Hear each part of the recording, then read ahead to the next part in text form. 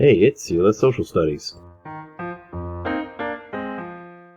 Hey guys, and welcome back to Sela's Social Studies. So in this chapter right here, we're going to cover some of the important groups, or actually two of the important groups of people who had a really big impact on the founding of our government and the founding of our nation. These two groups of people right here are really the groups that pushed us forward as a nation and really were the basis of our two Republican and Democratic political parties today. Believe it or not, they're not the same, but they share the same ideas. So that's what we're going to be covering today. We're going to be covering the Federalists versus Anti-Federalists. And now when I cover these, I want you to understand that I'm going to be doing a compare and contrast. So you might have to keep up with what I'm saying about who. I hope that makes sense. Because during the history of politics in the United States, there have been at least two groups of people. These two are most important: the Anti-Federalists, or those who oppose the development of a strong federal, national, or central government, and the Federalists, those who were in favor of a strong national or central federal government. The Anti-Federalists were not in favor of the Constitution being ratified in 1788 and 1789.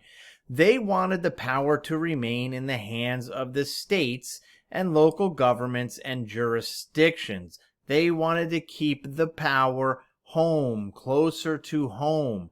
That's like the delegates that we are electing, the House of Representatives. They are the ones who are elected from those smaller jurisdictions because they are the ones who worry about their power at home. So that's what the Anti-Federalists wanted. On the other hand, the Federalists were in favor of the Constitution. They wanted a strong national, central, federal government, however you want to put it. And they wanted the Constitution to properly manage the debt and the tensions that occurred in the country following the American Revolution. So Anti-Federalists are anti-Constitution at first. Not that they don't want it at all, but at first they're going to be the anti-guys, and the Federalists are going to be pro-Constitution. And you're going to see what I mean when I talk about the Anti-Federalists, not so being anti, but they wanted stuff added to the Constitution, the Bill of Rights. So in fact, the Federalist Party, we're going to talk about that one first. Formed by Alexander Hamilton, and it existed between 1792 and 1824. And this was the first political party in the United States. John Adams became the second president of the United States, and he was the only elected Federalist president. He actually served as George Washington's vice president for 2 terms. The Anti-Federalists were mostly farmers living in small rural areas, and they opposed the Constitution until the Bill of Rights were added. That's what I was saying before. It's not that they were anti-Constitution the whole time, but they wanted the Bill of Rights added. They felt that the states should be free to manage the revenues and spend it how they see fit for the state's needs. Virginia feels like they should be able to spend Virginia's money. In addition, a concern for the Anti-Federalists was a fiscal policy that would lead to a burdensome and unfair taxation on farmers in the South. Today, Anti-Federalists would be recognized more as conservatives in their beliefs. Other prominent Anti-Federalists included Thomas Jefferson, James Monroe, Patrick Henry, and Richard Henry Lee, with Jefferson being considered the leader among the Anti-Federalists. On the other hand, the Federalists mostly lived in urban areas such as cities and towns, and they fully supported the Constitution even prior to the Bill of Rights being added.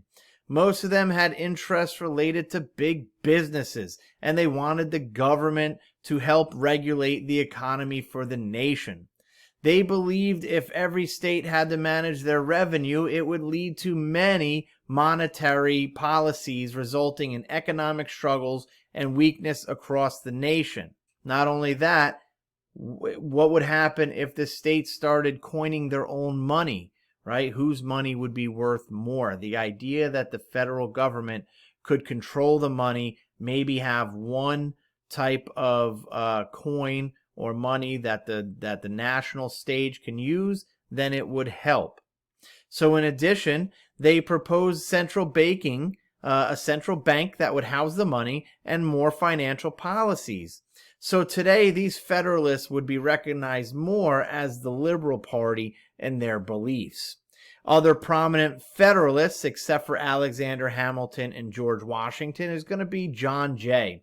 I'm going to put George Washington in here. He's not necessarily a Federalist. He's an independent, but I think that he sided more with Federalist ideas for the government and more Anti-Federalist ideas for his home. So I'm going to add him in there.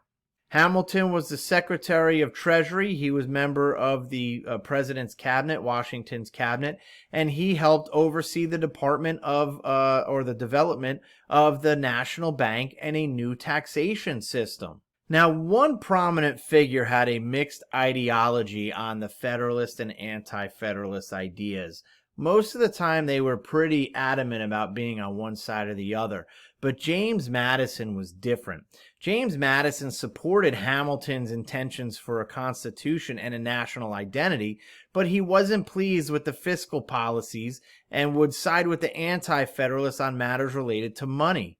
He influenced the addition of the Bill of Rights to the Constitution as well. Finally, the most important part of the debate between federalism and anti-federalism took place in the 1700s and 1800s, but the debate continues today as the two ideologies sometimes clash in left and right-wing American politics.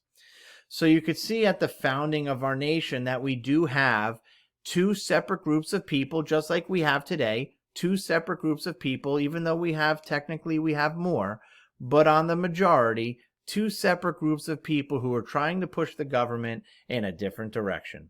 That's the way it always has been, and probably the way it always will be. I'll see you next time.